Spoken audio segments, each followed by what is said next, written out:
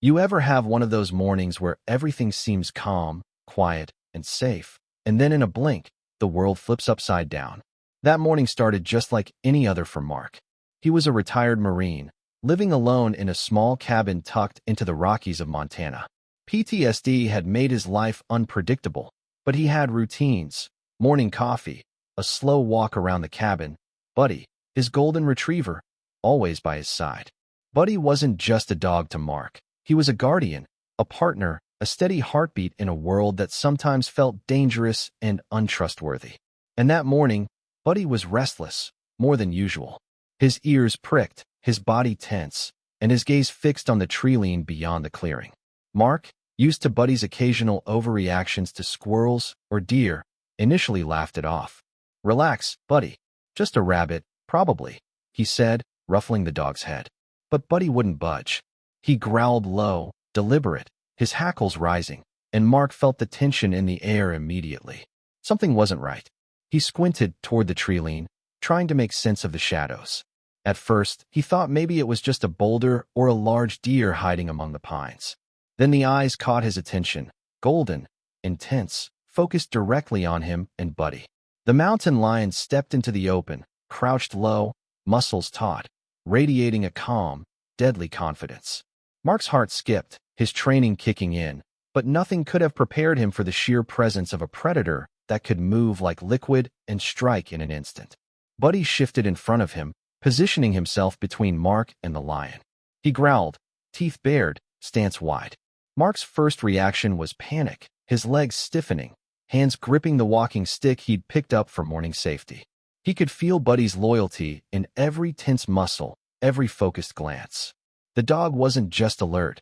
He was ready to fight, and Mark knew it. For a second, time slowed.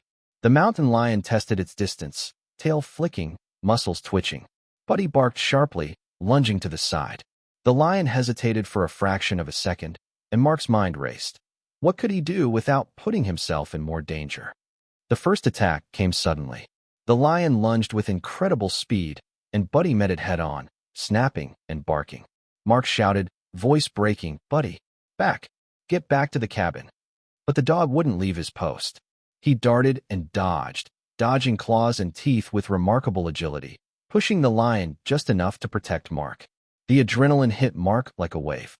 He grabbed a flare gun from the porch, kept nearby for emergencies, and fired a shot. The crack echoed through the clearing, bright and blinding, startling the predator. Buddy used the moment to reposition and keep Mark safe. Mark could see Buddy's fur had been scratched in a few places, a small trickle of blood on his legs, but his resolve never wavered. The dog was completely focused on the protection of his owner, a living, breathing shield fueled by loyalty and instinct. Mark's emotions collided: fear, admiration, love, and a gratitude so profound it was almost painful. He'd relied on Buddy for emotional support, yes, but never for life-and-death defense against a mountain lion. And now he understood fully what that trust meant. The mountain lion circled, frustrated, claws extended, tail flicking. Buddy stood firm, moving in calculated patterns, dodging strikes, drawing attention away from Mark. Mark's training kicked in. He remembered every lesson, every survival drill, but it was Buddy who led the choreography of their escape. The dog's instincts, courage, and unwavering commitment bought Mark precious seconds. Seconds that would allow him to retreat, regroup, and survive. Finally, the lion paused, retreating slightly into the trees, its eyes never leaving them. Buddy barked once, warning it to keep its distance. Mark, still shaking, knelt beside his dog, wrapping his arms around him, whispering, "You saved me, Buddy. You really saved me." Tears welled in his eyes, not just from relief, but from the realization of the depth of this bond, the loyalty that went far beyond anything he could have expected. Mark slowly stood, surveying the clearing. The mountain lion was gone, leaving only rustling leaves and the distant calls of birds. Buddy, panting but alert, nudged him forward, guiding him safely back toward the cabin. Every instinct, every memory of fear and training had been overshadowed by the pure, unwavering heroism of this dog. Mark's PTSD, the constant shadow that haunted him, felt momentarily diminished, replaced by awe and gratitude. That morning, In a quiet clearing in Montana, Mark realized a truth he hadn't fully understood. Some heroes don't wear medals. They don't march in parades or get headlines. Sometimes, they have 4 legs, golden fur, and a heart that beats louder than any human could. And in those tense, silent seconds, Buddy had shown him bravery, loyalty, and love beyond measure. And that's where part 1 ends. The calm morning shattered, the predator revealed, Buddy stepping up in a moment of raw courage, and Mark facing the first real threat to his life. Part 2 will escalate as the confrontation intensifies, testing courage, instinct, and loyalty to the limit. The moment stretched on like a lifetime. Buddy didn't back down. Every muscle in his golden frame was taut, eyes locked on the mountain lion, growl low and steady, a warning and a promise all at once. Mark felt his heart pounding, adrenaline hammering in his ears, and yet, through the fear, there was a strange clarity. He wasn't alone. He had Buddy, trained instinctively, fearless, completely devoted. And he knew that this dog would do everything possible to keep him alive. The lion made the first calculated move. It crouched, tail twitching, then exploded forward in a burst of raw power.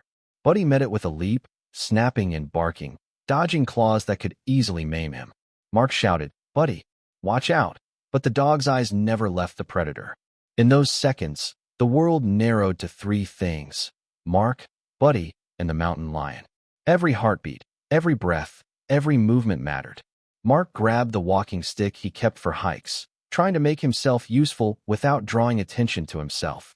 He tapped, waved, made noise, but Buddy was the one in the spotlight, weaving around the lion, dodging, barking, herding, and buying Mark time to retreat toward the cabin. The sheer coordination between dog and man, learned over years of trust, was astonishing. Mark realized he had never fully appreciated just how intuitive Buddy could be in moments of extreme danger. The mountain lion lunged again, faster than Mark's eyes could track. Buddy pivoted, dodging, snapping at the animal's face, forcing it to alter its strike. Mark's legs moved almost automatically, retreating, trying to put distance between himself and the predator without turning his back. He could feel the dog's fur ruffling with each dodge, the small scratches beginning to bleed, yet Buddy didn't falter. Not once. Not even a hesitation. Mark's mind raced. What could he do? A flare gun. He had it on the porch, ready for emergencies. Adrenaline gave him the courage to move, hands shaking, heart hammering, every step measured.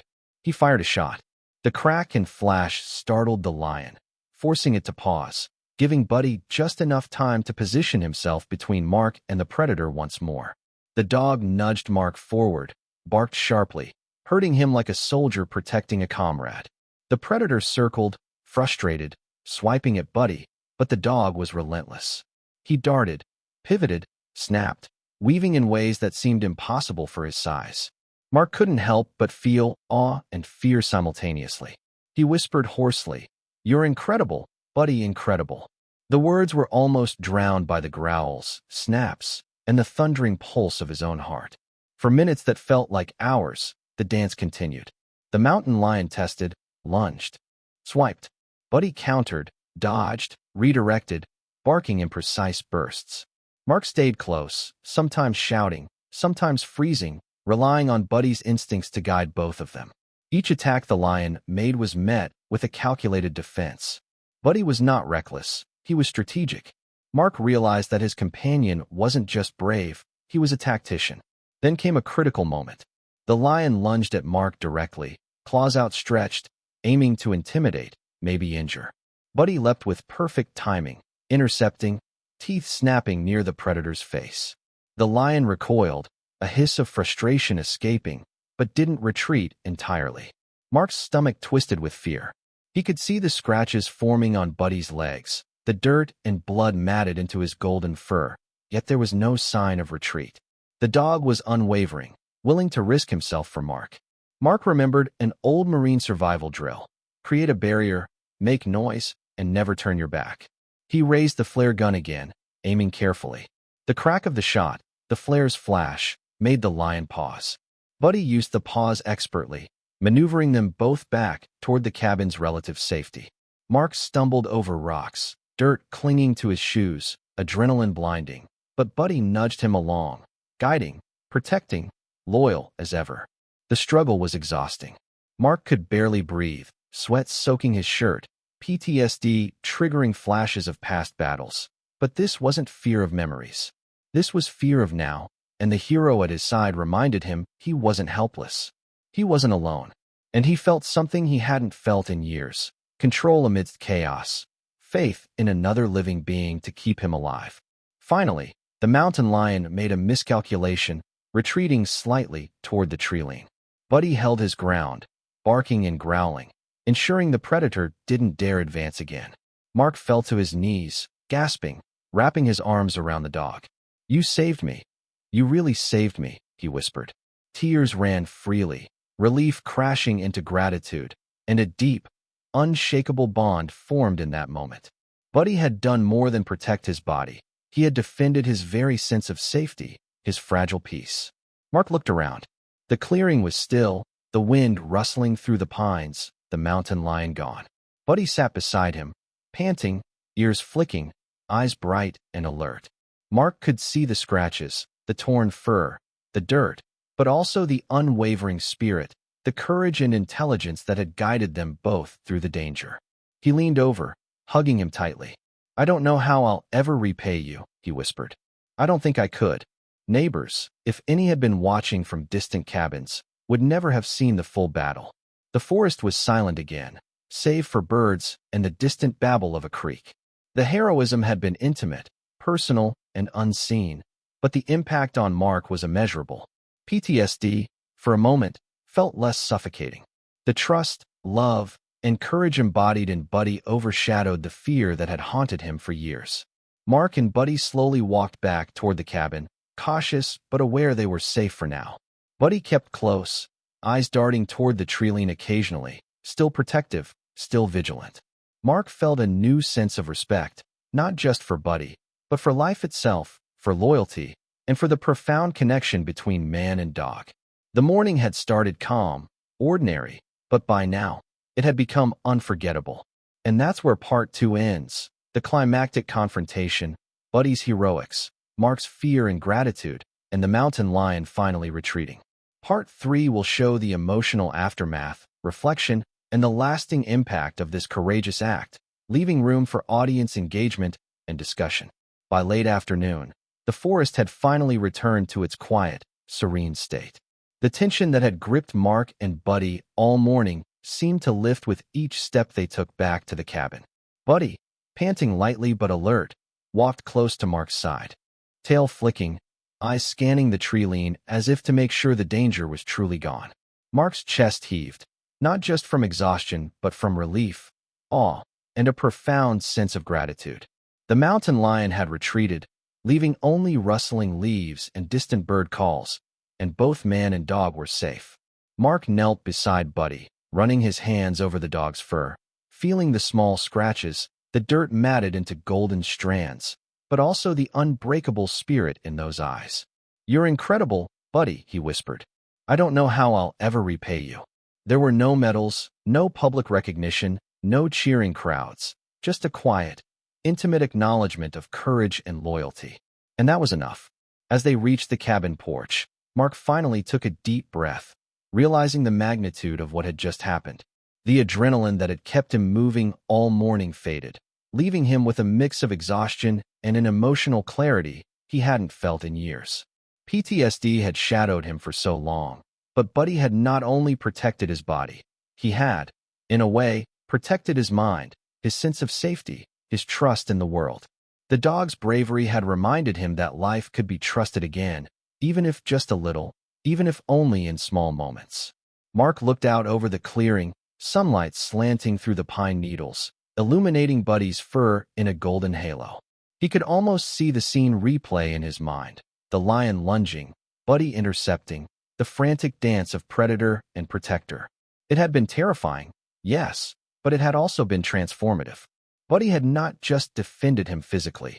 He had reaffirmed the bond that Mark depended on for survival, emotional balance, and companionship. Neighbors and other cabin residents might never know exactly what happened that morning, but the story didn't need an audience. The lesson was clear, etched into memory. true heroism doesn't need witnesses.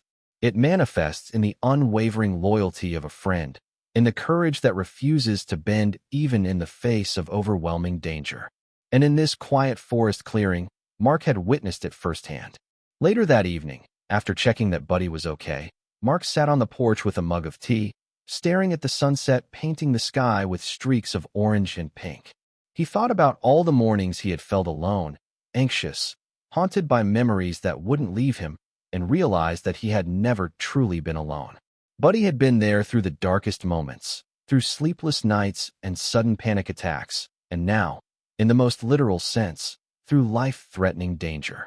The depth of their bond had been tested, and Buddy had proven himself more than just a companion. He was a guardian, a hero, a living testament to loyalty and courage. Mark's thoughts turned reflective. He thought about service, about sacrifice, about the countless lessons he had learned in the Marines, and how now, in civilian life, the courage he had relied on in combat had been mirrored by this golden retriever. It was humbling, it was beautiful, and it was emotional in a way that made him tear up again. Buddy had risked everything without hesitation, and in doing so had reminded Mark of what it truly meant to trust, to rely on another being, to feel safe in the world again. And yet, there was still a lingering question, the open-ended tension that makes stories unforgettable. What if another predator appeared? What if a neighbor or hiker stumbled into danger? Mark knew he and Buddy were ready, but the forest, wild and untamed, was unpredictable. That uncertainty, that fragile balance between safety and danger, made their bond all the more precious. It was a reminder that life was both fragile and precious, and courage often comes from unexpected places, sometimes in four legs and a golden coat. As the sun dipped below the horizon, Mark stood, letting his gaze sweep across the cabin yard, the clearing, and the edge of the forest. He turned to Buddy, kneeling to hug him, feeling the warm fur against his chest, and whispered, "You're my hero, every single day." Buddy licked his face, tail wagging slowly, calm but alert, as if acknowledging the praise but already ready for whatever the next challenge might be. Mark knew that this morning would be remembered, not for the fear, not for the adrenaline, not for the scratches or bruises, but for the courage, the loyalty, and the unwavering bond between a man and his dog. The world was unpredictable, wild, and sometimes terrifying, but in that small cabin in Montana, with Buddy at his side, Mark felt an inner peace he hadn't known in years. The lessons of the battlefield, the struggles with PTSD, and the unpredictable wilderness had converged to reveal a truth he would never forget. Bravery and loyalty could come in the most unexpected forms, and sometimes the greatest hero doesn't wear a uniform at all. Finally, as night fell and stars began to glitter above the mountains, Mark sat back on the porch, Buddy curled up at his feet, and reflected on the day. He knew that life would continue to throw challenges at him, as it always had, but the events of the morning had fortified something inside him, a renewed trust in life, in loyalty, and in the extraordinary bond between human and dog. And that's where part 3 ends. The mountain lion is gone, Buddy and Mark are safe, the emotional aftermath settles, lessons about loyalty and courage resonate, and the story leaves room for the audience to engage. Viewers can be invited to comment. What would you do if your companion faced danger to protect you? Or have you ever witnessed such loyalty in an animal? It's a story that inspires reflection, discussion, and awe,